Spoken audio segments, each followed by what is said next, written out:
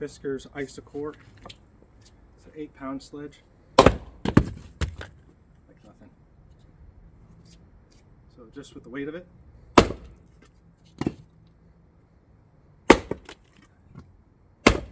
Oh, it's actually split, it was just springing right off. Alright, so just the weight of it.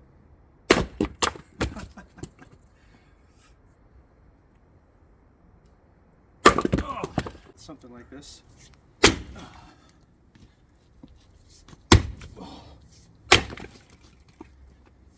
Right through all that twisted, gnarly grain. First test of this thing, already loving it. This is right on the ground. Up on a block would be so much better. So I'm gonna have you try some, Mosey, over here. Got a couple blocks set up. Just like no effort put into it. It's so much of the mass of the head just doing the work for you.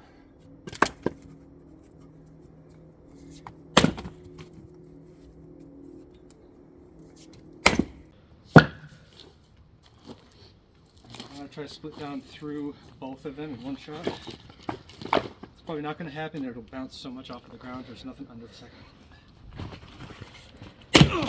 Nah. No chance. Just gotta remember not to really swing this one, because it will. It's got so much momentum, so much mass. Just like pull you with it. Yeah, it really goes down. So you really just need it to pop and let it do the work for you. At this point, it's a little easier and safer to use the lighter, closer quarter one.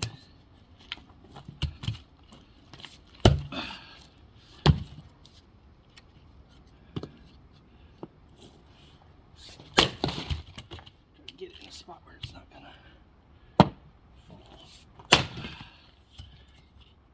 I like to give it just a nice abrupt pop. Kind of a flick with the wrist right as it's hitting in. Yeah.